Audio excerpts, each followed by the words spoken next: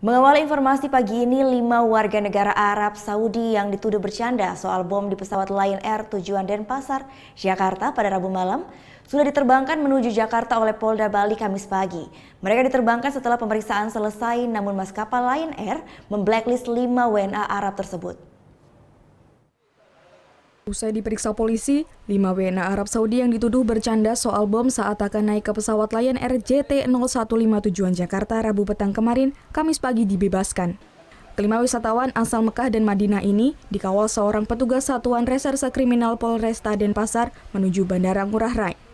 Polda Bali menyatakan, kelima WNA ini tidak terbukti berbicara atau bercanda soal bom seperti yang dilaporkan seorang penumpang asal Filipina. Insiden tersebut hanya kesalahpahaman antar WNA Arab Saudi dan Filipina yang tidak mengerti bahasa masing-masing. Kapolda Bali Irjen Pol Petrus Reynard Golose menjelaskan, pihaknya harus mencarikan pesawat pengganti karena Lion Air tidak bersedia menerbangkan mereka akibat insiden kemarin. Karena dari pihak airline tidak mau menerima, dalam hal ini dari Lion Air di blacklist, maka kita mengupayakan dengan pesawat yang lain untuk menuju ke Jakarta. Selanjutnya mereka menurut informasi dari interogasi kita akan ke puncak.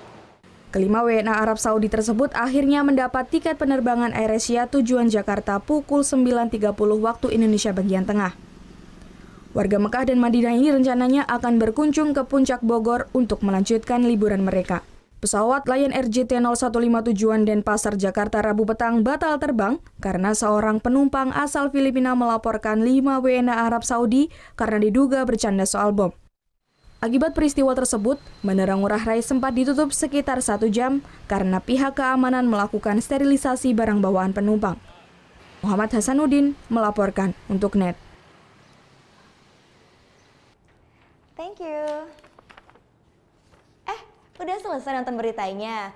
Jangan pergi dulu dong. Subscribe dulu dan nonton tayangan lainnya di sini. Subscribe, nonton lagi. Subscribe, nonton lagi.